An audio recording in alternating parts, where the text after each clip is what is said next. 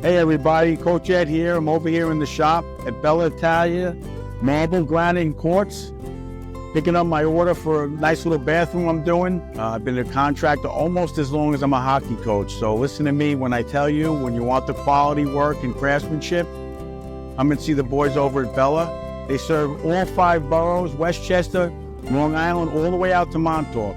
Whether you're a Ranger fan, Islander fan, Devils fan, they're going to take care of you no matter what. Make sure you give them a call, 516-561-1018. Let's go, Rangers.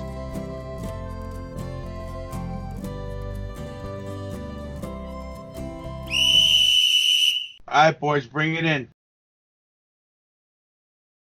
That ad. My favorite part about that ad is when Coach is reading the phone number of the company and he says the first 6 numbers correctly, but then he has to look at the last 4 just to make sure that he's right. I love that ad so much. We got to do more of those, man. It's so good. If nothing else comes from this podcast other than, we get to hang out every week, we have our loyal listeners, and that's it, that ad will be enough for me as I get older. Anyway, Coach, managing the room. This is really important, I think, from a coaching perspective. Obviously, the NHL is much different than the level you coach at, okay? But, you got all the trade rumors, Drury's mishandling of certain aspects with the leadership. I just want to know, like, what is the coaching staff's responsibility to manage all of that with the media and the management? Particularly last night, Vince Mercogliano tweeted Laviolette was late to his press conference because Drury, or management, quote unquote, came to the locker room after the game. It seems like Laviolette's got a lot to manage here. So I'm just curious, how does he manage all the personalities of the team, the management, the media, and kind of get this back on track? I mean, he's got to look over his shoulder at a guy who's younger than him, who has less experience off the ice than he does, and he's got to answer to him. Again, watching these shows, I finally watched the Montreal show on Prime that Eddie was talking about. Not the Montreal, the Toronto show. The one from 3 years ago? No, the one Prime with the first one. Face off. That's not Toronto's in. Well, they both have it a little bit, but what the players go through off the ice, with injuries, dealing with the media, dealing with friendships, there's a lot of stuff that goes on off the ice, and the coach and the GM. Maybe Drury came down in the locker room and started screaming. Who knows? We don't know. But Laviolette's got to sit there. His head's got to be spinning. You could see it in his face on the bench. He doesn't know what to do, mixing up the lines. Who's going to do this? What's the responsibility? I heard Laviolette's one press conference where it's got to be the players in the locker room. They got to figure it out. They're all taught what to do. They're not doing it. These guys go through video sessions, chalkboard sessions, lectures. After a while, you want to say, all right, guys, I said enough. You got, let's make it happen. And it's up to each guy to take it upon themselves, the accountability we've been talking about. And unfortunately, that's part of the captain's job too. I'm not blaming it on Trouba by no means, but the whole dynamic of the team was upside down with that off-season stuff. Yeah, it's tough to put it on the coach at this level. But I looked at, I watched, suffered through the post-game show yesterday because I really wanted to see what the players were saying. And Vincent Trocheck's quote really stood out to me. And I look at Trocheck as a leader on this team. I don't know if a lot of fans do, but I think he's a leader by the way he plays. And this was his quote, Coach. Guys who are usually playmakers who score goals have got to chip it in, grind it out. Guys who aren't usually hitting have got to start hitting. We've just got to play out of our comfort zone to get our way out of this. Is he sending a message to other players in the room with that quote, you think? 100%. Is that coming from the coach? Is the coach involved in that, or you think that's just Troche doing that? I mean, it's possible Laviolette could go to him and say, step it up. We need you to step something up and say something. I don't really know. That's just speculating. but I don't think you need to tell. When you're coaching, you don't need to tell certain people certain things. I mean, it's part of the way I like to pick captains and assistant captains. They're guys that I could be on top of and push and berate a little bit and go at, where they're going to take it and they're going to respond a little bit, maybe pout a little bit, but they're going to figure it out and know. And I think that's a guy like Trocheck. He could push him and press the buttons where he's not going to shut Laviolette out. He's going to say, this is what we need to do. I mean, we've been talking about what he said for years. Zibanejad doesn't need to do open ice hits, but he's got to be a little more physical. Panarin's got to dump the puck in most of the time in certain games. That's what he's talking about directly. Talking about those two guys. And probably Kreider. I mean, these are the guys he's talking about. Laffy plays physical, but Panarin doesn't play a puck management game. And for a guy like Trocheck, who is that kind of player, it's got to frustrate him. Yeah.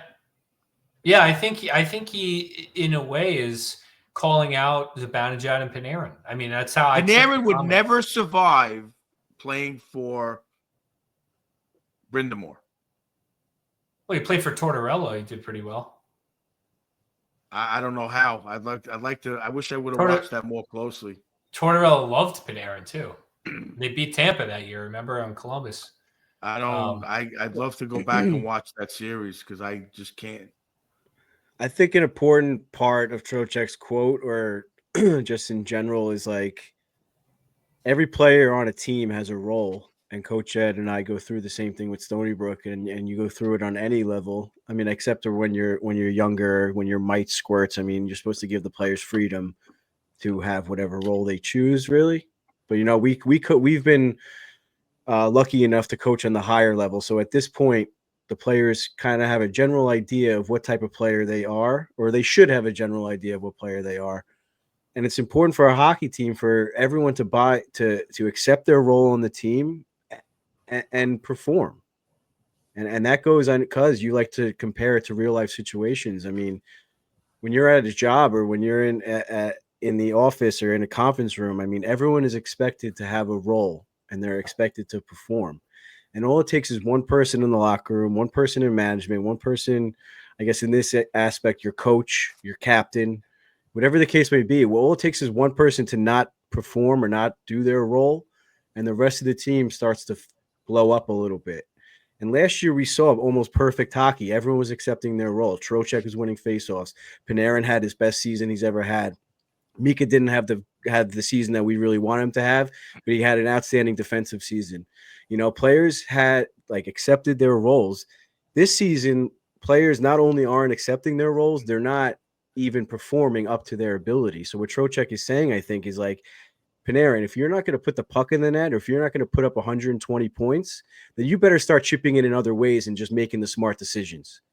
Because then so by you making that right decision, by dumping the puck in, might give someone else an opportunity to now step up and put the puck in the net, like Lafreniere or Hedel or any of the other line mates they've been trying to throw with Panarin. And Zibanejad, the same thing. If you're not going to perform on the score sheet, you got to start forechecking and doing something else, so someone else can step up in your position and start putting the puck in the net, like Kakko's doing, and Cooley and players like that. So if you're not going to, if you're, and Trouba too, if you're not going to start throwing hits, which is what your role is, then you're going to have to find somewhere else to play, and maybe the other team, or maybe you'll find your role with that team. So. And Trocheck, I don't think he's not ruling himself out either, because you could see his play start to elevate a little bit in the last couple games. It's not the Trocheck where we're used to, but he's not going to just call out his teammates and then also turtle and not do anything. At least he's trying. At least he's putting in the effort. I saw a good game from him yesterday. I thought he had a bunch of shots on goal, tons of chances. He was physical. I like Trocheck's game. I think he is an underrated engine of this team, and I don't think he gets talked about enough. But last year he was so good in the playoffs too. 75 points or whatever, and it just drove this team, and he has really struggled offensively this season. And I think if he gets going, and he can be the type of guy to really elevate this team to back to winning ways. But another aspect of this, But at the same time, he's not the type of player that's going to be like do it himself. Obviously, he's not a McDavid. He's not a Barkov. You know, like it's not like he needs a line mate, which was Panarin last year. And now that's not even he can't do it himself. Trocheck is a great hockey player, but he's not going to like change the entire game. I understand what you're saying. Yes, he's a catalyst. He's like Kreider in that instance where he's able to drive a line, but he's not able to just carry the team. He needs to. no, he'll set an example. You know, he Right. sets a level of performance that's expected. You know, because you look at him and you're like, okay, if he's doing this, I got to do it too, right? Like it's that kind of leadership that Trocheck can bring. But you know, before we move off this, I do want to bring up another point, and I always bring this up. But you know, a big part, you got to remember, this is their job, these guys. So a big part of it is job satisfaction, right? Like you got to be happy in your job. So when you look at these young players on the team, Will Cooley, Capo Caco, Edstrom, right? Even Berard, who's come up and been a little, you know, engine, right, as well. You look at these guys and they're just constantly watching Zibanejad, Kreider, Trouba, Panarin, even Trocheck himself underperform and continue to get ice time. And I was texting someone yesterday during the game. 2 of those power play 1 was out there for the full 2 minutes. The whole thing, yeah, the whole game, And they did nothing. They did nothing. Like, why, as the coach, are you continuing to reward these guys? Why not? Like, if I were the coach, I almost said, like, just put Cooley, Kakko, Hedel, Fox, and whoever. Just put them on the power play. Like, forget it. Like, teach them a lesson, you know? I don't know. They say it all the time on the radio when coaches are on the hot seat. When a coach is on the hot seat or when he feels like his job is a little bit in jeopardy, he's always going to ride the veterans. You know, he's going to expect the power play to get it done. You know, I mean, we're like we always say, we're not seeing practice.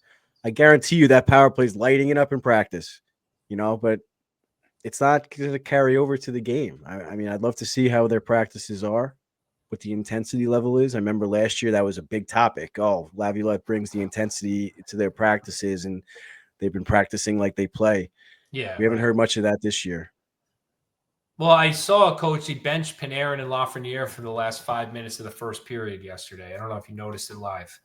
And that was a big deal. They were talking about it. Big deal, right? Oh, they got benched. Second period starts with the Rangers on the power play. Panarin's back out there, right? So, I mean, maybe that's a start, but he's got to send a message. You know, you said before you want to push the Zibanejad out pretty much, right? Get him to wave because you think that he's the piece that needs to be moved. I'm not saying him, but I really like Mika. It's really sucks. I do too, but you got it. Something's got to be changed. I know. I agree. Didn't work in the playoffs for the last 3 years. I don't dislike Mika. I mean, it sucks. I really do like him. He was my favorite player. Look, you can't have Mika. You can't have Mika and Panarin. They're both similar. They're not physical. Only I think Mika's better defensively as far as penalty kill and such. But you know they had a freaking like a 2-on-0 and they didn't get a shot off last night on a shorty. I'm just saying, why doesn't Laviolette do something drastic like start the game with Zibanejad centering the fourth line or healthy scratched? Like, why not do that? Like, send him a message. Maybe that's what management was down there for. You know, send him a message. Like, this is not good enough. I know you. And Mika, in his post-game pressers, he's like so depressed and like, gotta stay positive. You know, what else can I do? You know, I'm just gonna keep going. Like, dude, how about you say like, I'm not good enough right now, and I'll figure it out. Like, you know, this is not good enough for us to be successful. Like, oh, you know, like he's just, I just can't. I can't do it anymore. I can't. I really can't. He would be scratched if I were the coach. I know they don't have center depth, but I mean, you can do that. That's something you can do for sure. And Keandre too. You know, you were dead on Keandre weeks before I was. Years. I'll give you that. No, weeks. Last year, coach liked Keandre. This year he's been awful though. He really has. He needs to be sat. You know, he just needs to sit. It's